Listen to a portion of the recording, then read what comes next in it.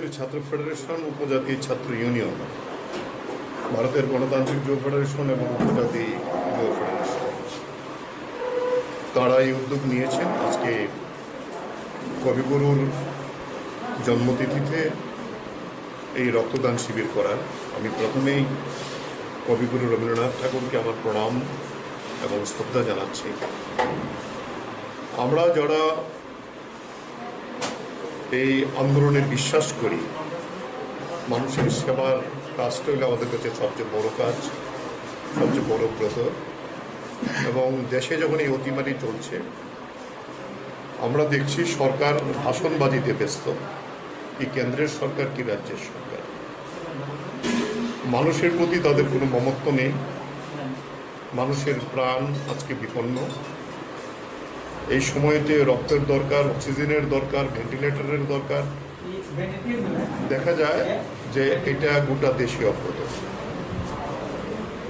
অনেক ঢাকঢোল পিটিয়ে টিকাকরণের কথা বলা হয়েছে। এই প্রথম আমাদের দেশের স্বাধীনতার ৭৩ বছর পরে কোনো সরকার টিকার জন্য মানুষকে টাকা দিতে হবে। অতীতে কোনোদিন ছিল না। এবং এই অতিমারির সময়তে বিশ্বের কোনো জায়গাতেই টাকা নিয়ে হচ্ছে না, কিন্তু আমাদের ভারতবর্ষের নরেন্দ্র মোদীর সরকার এখন টাকা দিতে হবে।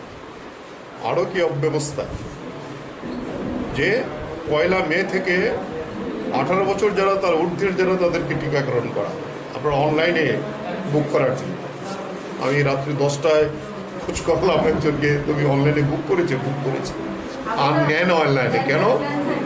ওই দিনই 2 কোটি হয়ে গেছে, কিন্তু এখন পর্যন্ত 18 বছরের যারা আছে তাদের টিকাকরণ হচ্ছে।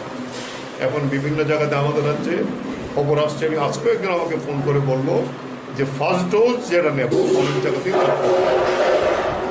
সেকেন্ড ডোজ সেখানে বলছে একটু পরে আসেন। মানে কি, একটু ডোজ নেই।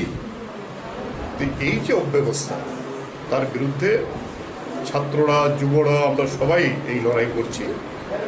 এই অবস্থাতে 5 কেজি চাল দিয়ে কার্ড বিপিএল আর বিপিএলের অন্তর্ভুক্ত যারা তাদের, তাহলে বাকিরা কি কোভিড হলে তার মরতেই হবে?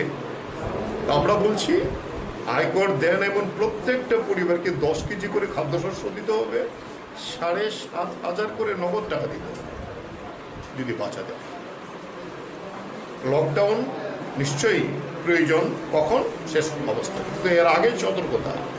আমাদের রাজ্য সরকার সতর্কতার বদলে, আমরা দুর্ভাগ্য, আমাদের মুখ্যমন্ত্রী কোভিড সেন্টার দেখতে গেছেন 50 জনকে। কালকে অক্সিজেন প্ল্যান্ট দেখতে গেছে, সেখানে 100-র উপরে লোক, কিন্তু উনি তো ছড়াচ্ছেন কোভিড। ফলে সেই সমস্ত জায়গাতে ফাইন তুলে সরকারের আয় বাড়ানোর জন্য কাজ। আমরা ছাত্ররা, যুবরা সবাই মিলে আমরা মানুষকে মাস্ক বিলি করছি, স্যানিটাইজার দেওয়ার চেষ্টা করছি, রক্তদান আজকে করছি। এটা তো সিম্বলিক রক্তদান, কিন্তু প্রতিদিন আমাদের কিন্তু 10-12 ইউনিট রক্ত প্রতিদিন আমাদের জোগাড় রাখতে হয়, দিতে হয়। মানুষ আমাদের কাছে আসেন, এমনকি অনেক সময় ব্লাড ব্যাংক থেকেও বলে দেওয়া হয় SFI DOF এর কাছে যাও, তারা জোগাড় করে দিতে পারে কিনা। আমাদেরকে বিভিন্ন বলে এই যে একটা অব্যবস্থা ত্রিপুরায় কোনোদিন এটা ছিল না।